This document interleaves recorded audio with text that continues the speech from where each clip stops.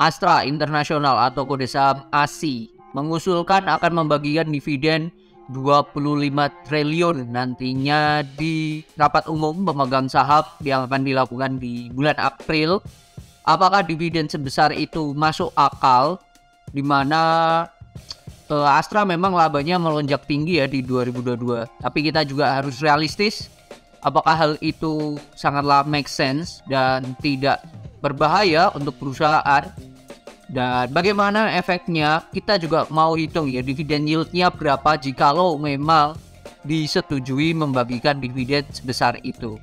Ini berita dari bisnis.com di mana Astra akan membagikan dividen, siap-siap putuskan dividen 25 triliun. Ini berita di 13 Maret 2023 atau Senin jam 10.46. Dan ini saya tag video di hari Selasa saat market break ya. Saat market break. Kalau kita hitung 25 triliun ini dividen final. Dividen final dan itu sudah sama dengan dividen yang kemarin interim, yaitu sebesar 88. Dia sudah bagikan dividen interim si Astra ini di bulan Oktober 88, tapi kalau ini 25 triliun ini total. Jadi kalau kita hitung nantinya yang akan dibagikan di akhir itu sebesar, kalau di total 640. Jadi 640 kurangi 88. Jadi ada 552 yang akan dibagikan di final nanti di April, tepatnya di 19 April.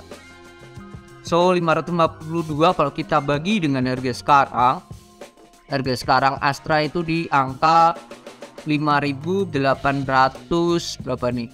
25. Ya, 5825. Sorry. Nah, ini dibagi 5.825 kali 100. Dividen yieldnya besar, termasuk 9%. Lantas dividen 25 triliun ini make sense juga. Padahal mereka labanya ya tidak gede-gede amat, hanya 29T.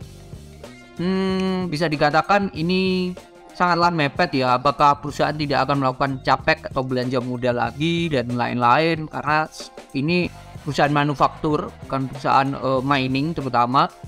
Menurut saya tetap make sense karena satu, cash mereka tuh gede banget, 61T.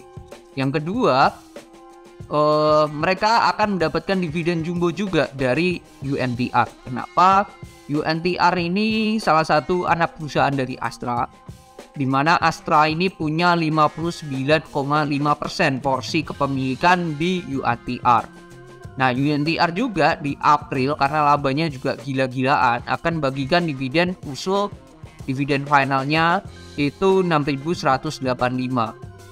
Sedapat sudah bagi dividen. Oke. Dividen final yang diusulkan adalah 818 ini ditambah dividen interim, sehingga total dividen finalnya 7.000. Berarti nanti di finalnya ada 7.003 dikurangi yang sebelumnya udah interim 818. UNTR sendiri akan bagian dividen 6185.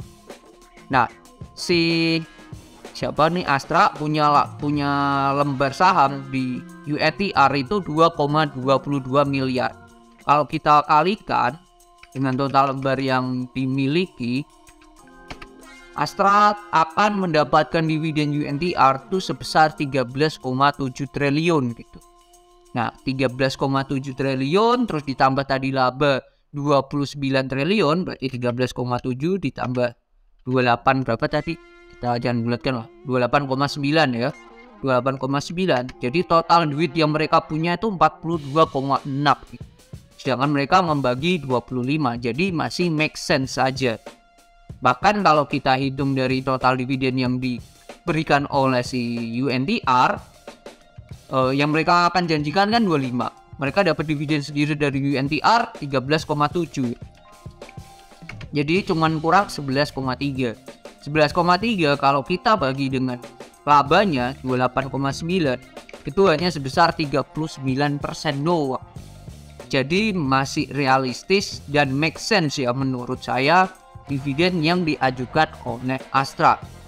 Namun terlihat besar karena biasanya dividennya dividen yield dari si Astra itu di kisaran 4% doang.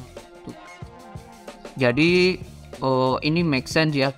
kenaikan dividen ini juga ada dua hal kalau saya melihat. Satu, karena labanya yang naik lumayan juga. Laba dari Astra sendiri itu naiknya 8,944 dikurangi 19, naiknya sebesar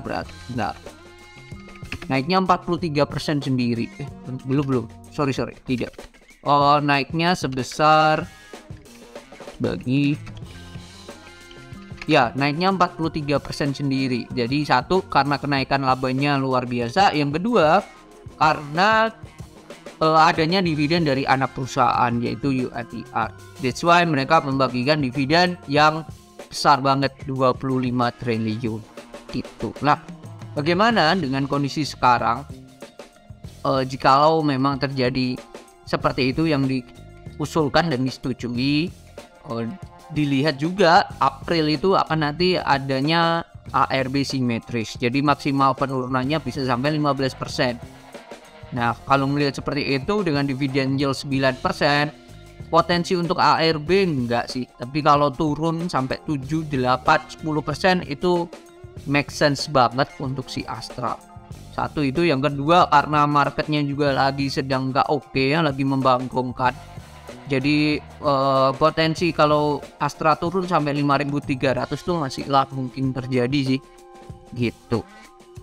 Jadi besarnya dividen yang diajukan oleh Astra termasuk make sense, dan ini bisa dikatakan sebagai bentuk hadiah ya kepada pemegang saham, dan ini juga bisa mencerminkan bahwa loyalitas dari perusahaan memberikan reward lah ya kepada pemegang saham. Ini juga salah satu bentuk manajemen yang oke sih dari suatu perusahaan, khususnya di Astra International.